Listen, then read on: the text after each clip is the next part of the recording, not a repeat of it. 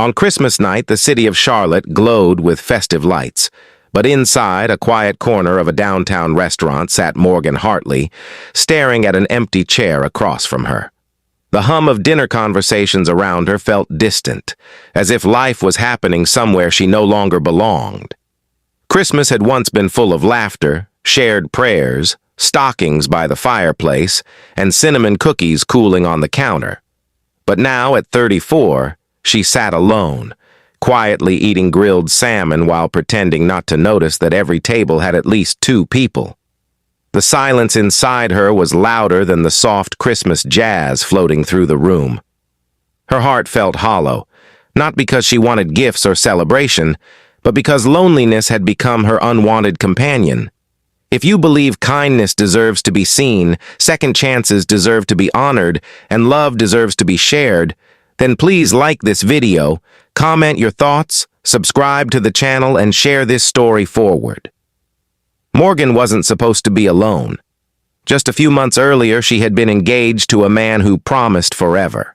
His name was Carter, ambitious, polished, adored in every room he entered.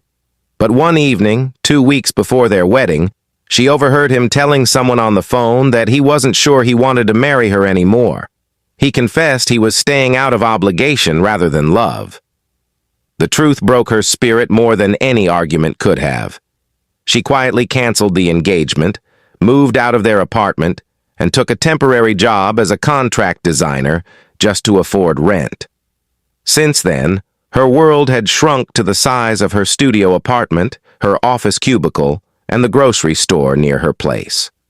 Christmas was her favorite holiday, yet this year she forced herself out to a restaurant just to avoid eating leftovers alone.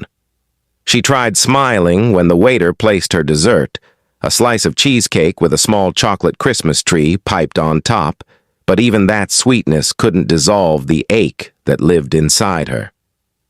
Across the restaurant, a little girl named Harper sat at a table with her father, Lucas Grant. Harper was 5, with soft blonde curls and the gentle confidence that only children blessed with affection develop.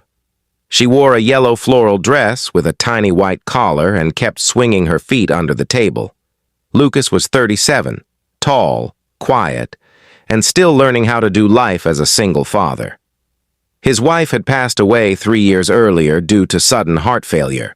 Since then, he worked overtime as a network architect, ate dinners on the go, and tried his best to fill 2 roles, father and mother. Christmas always made him wish his daughter had more than just him. Harper noticed Morgan first. She tugged her father's sleeve and whispered something. Lucas followed her gaze, and the moment he saw Morgan sitting alone, something stirred inside him.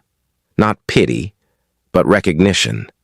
He remembered what it was like to eat alone on Christmas too. Morgan lifted her water glass, pretending to be occupied, but her eyes flickered downward, as if hiding tears she didn't want anyone to see.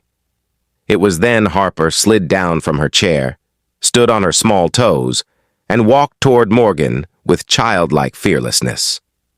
Morgan looked up, startled. Harper gently placed her hands on Morgan's table and softly asked, "Can we join you?" Morgan froze. Before she could respond, Lucas approached, wearing a kind but cautious expression.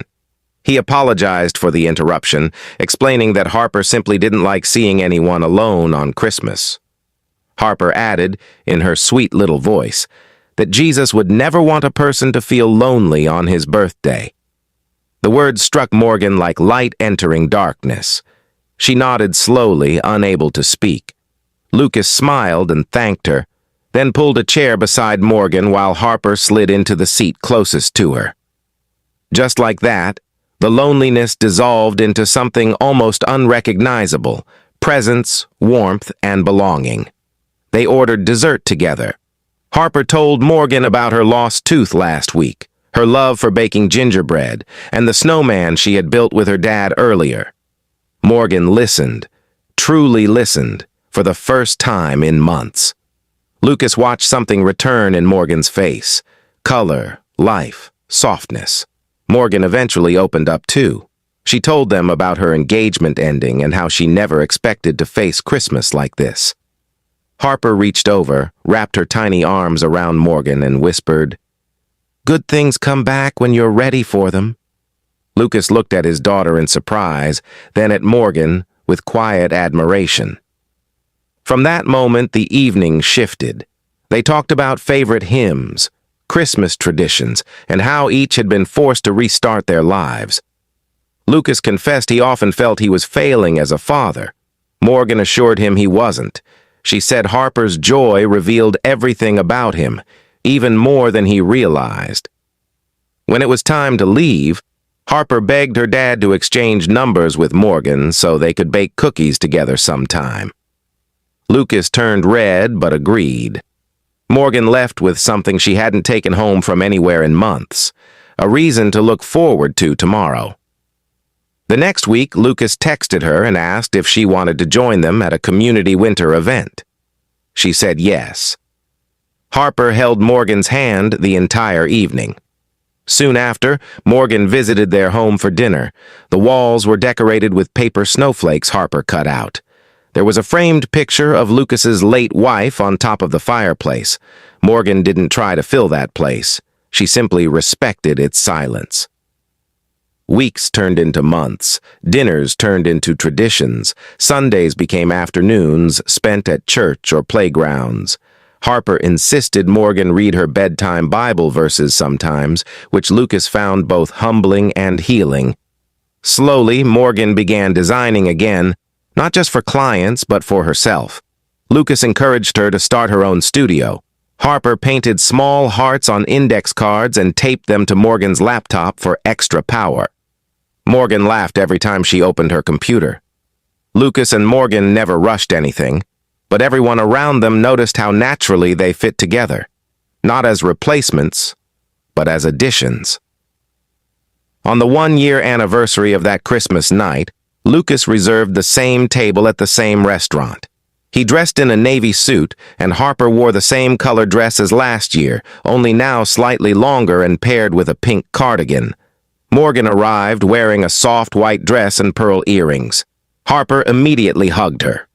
Minutes later, Lucas stood up, took Morgan's hand, and spoke in a voice that trembled just enough to reveal the truth beneath his composure. He told her that she healed his home, not by replacing anything, but by bringing what was missing: gentleness, hope, peace. Then he asked if she would let their home be hers too. Morgan cried, not sad tears, but tears of answered prayers after seasons of silence. Harper hugged both of them and asked, "Does this mean we can bake cookies every Sunday forever?"